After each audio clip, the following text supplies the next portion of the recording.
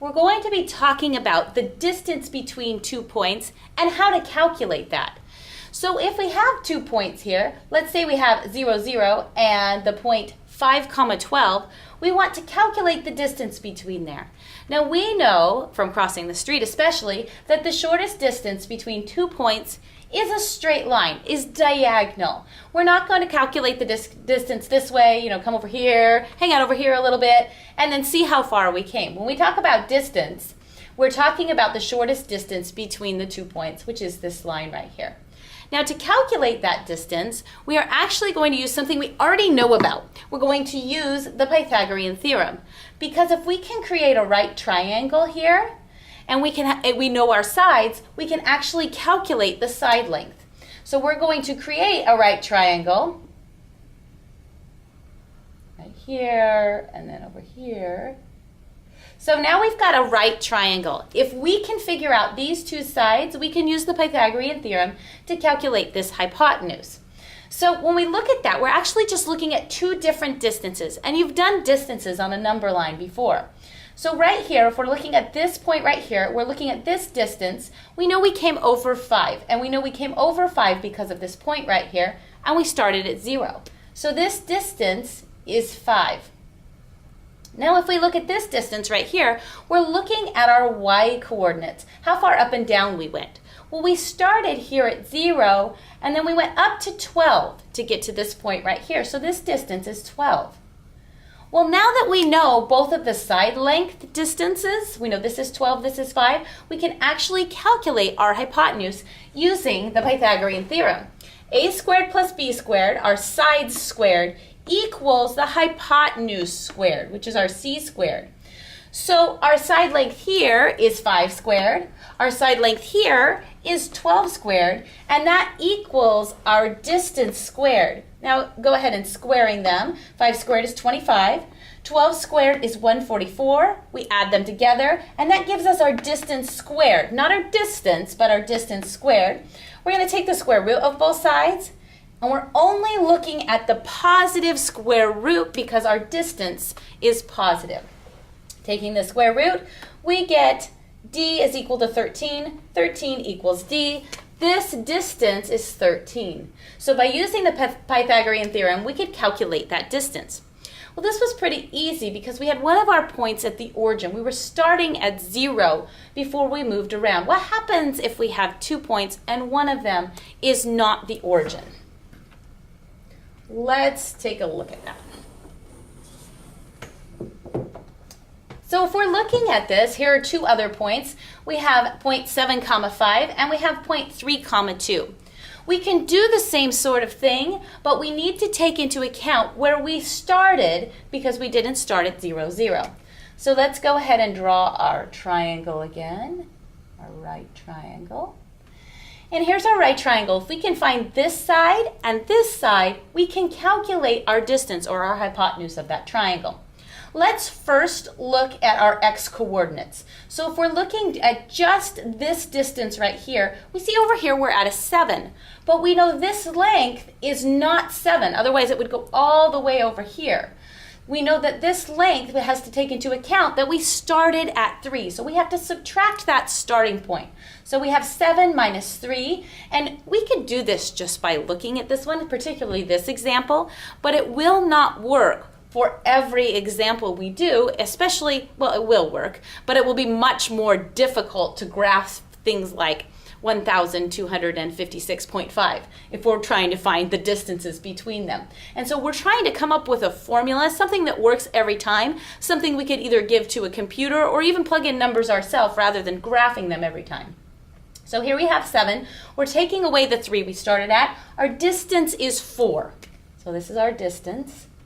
And then let's go ahead and look at the y-coordinates. So I have a 5 up here, but I know this length is not 5 because I didn't start right at 0 down here. I started at 2. So I'm going to have 5, and I'm going to take away the starting point, which is 2. So 5 minus 2, which is 3. That's this distance. Now I can use my Pythagorean theorem again. I've got my side lengths. I want my hypotenuse or my distance. A squared plus b squared equals c squared. Now, instead of writing 4 and 3 in there, I'm going to write it in a way that's going to tell us what we did in order to get that number. And that will help us come up with a formula. So I have 7 minus 3 squared, that's my distance, my x distance right here, plus 5 minus 2 squared, that's my y distance. So 5 minus 2 squared. And that equals my distance squared. So now I'm going to go ahead and calculate what's inside there to find this specific case. I have 4 squared plus 3 squared equals the distance squared. 4 squared is 16, 3 squared is 9. Add them together and I get 25. That's equal to my distance squared. I'm going to go ahead and take the square root of both sides. And I have my distance equals 5. The numbers don't always come out so nicely. I actually calculated them in order to make those look beautiful. But as we move on, we can see they get a little bit ugly. So we did this in our first quadrant. Let's see what it looks like if we're doing it where the values are negative. So in our third quadrant, where both the x and y values are going to be negative. So we've got our points here. We've got -5 comma -2 and -1 comma -4. And we want this distance. Well, we can look at it and calculate that, but that's not going to help us for every case. So let's take a look at that. So we know that this is 5. Let's first look at our x. So our x right here, we know this point is -5, but we didn't go all the way from the beginning, from this line all the way to -5, so we know this distance can't be 5. We started at -1, so we have to subtract that. So we have -5 minus a -1, which equals -4. Oh, this is a negative right here. Make sure that's clear. So this is a -4. And this distance is not going to be a -4, it's going to be a +4. And so I want to think in terms of the absolute value. The reason it's not so important that this is negative is because we're going to be squaring it later. And that's going to make a positive value. It won't matter if that's positive or negative. Now let's take a look at our y. So we've gone all the way down here to -4, but this distance isn't -4. I forgot to write my x distance right here. That's 4. So this distance right here, and I'm going to go ahead and put a -4 just so you can, well, I won't put a -4. I'll leave it just a 4. So this distance right here, I haven't gone down all the way to -4. I started at -2. So I'm going to do -4, subtract a -2, which is going to give me, this makes a plus right here, that's going to give me a -2. So this distance is actually a 2. Now I can calculate using a squared plus b squared equals c squared. And again, I'm going to leave this subtraction problem in so we can start to see a pattern and come up with a general case. So I have -5 minus a -1, and I want to square that, plus a -4 minus a -2 squared. Now I have negative numbers in here. Sometimes people will write the formula where they're taking the absolute value and then squaring it, but it doesn't matter if I've got a negative number in here because either if it's negative or positive, I'm going to square it and I'm going to get the same answer here. So even if you're squaring -4, you're still going to get 16. You could square 4 and get 16 as well if you wanted to take the absolute value first, but it doesn't really matter since you're squaring it. So we have -4 squared, and then we have -4 minus a -2 squared, which is a -2 squared. So we have 16 plus 4 is going to give us our distance squared. That's equal to our distance squared. So we've got 20 equals distance squared. This one's not quite as nice. We're going to take the square root of both sides. And instead of writing 20 there, I like to write it as 4 times 5 because then I can take a square root of that 4. Lots of people have different ways of simplifying this expression. But the square root of 4 is going to give me a 2. And then I have left in there the square root of 5. And that's equal to my distance. Now, if I were to take this point first and subtract this point from it, instead of doing it the other way around, if I were to do -1 minus a -5, I would get a +4, which still would give me 16.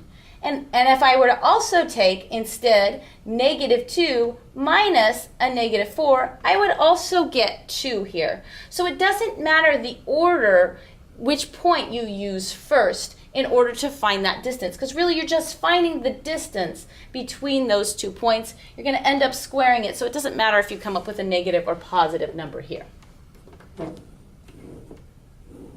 So now let's look at the general case. So our general case, we're going to label them with variables, and we're going to try and solve for a distance formula. So here I have my first point. I have x sub 1. That's what this little 1 means. It just means the x value I'm talking about, the first x value I'm talking about. You don't calculate anything. It's not like an exponent or anything. It's just to identify that this is my first x coordinate I'm talking about. This is my first point. This is point 1.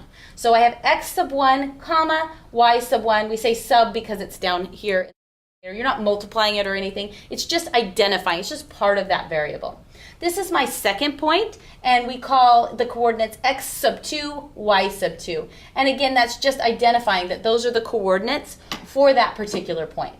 Now, if we look at our examples, we saw that what we're doing is we're subtracting one of the values from the other value to find that distance.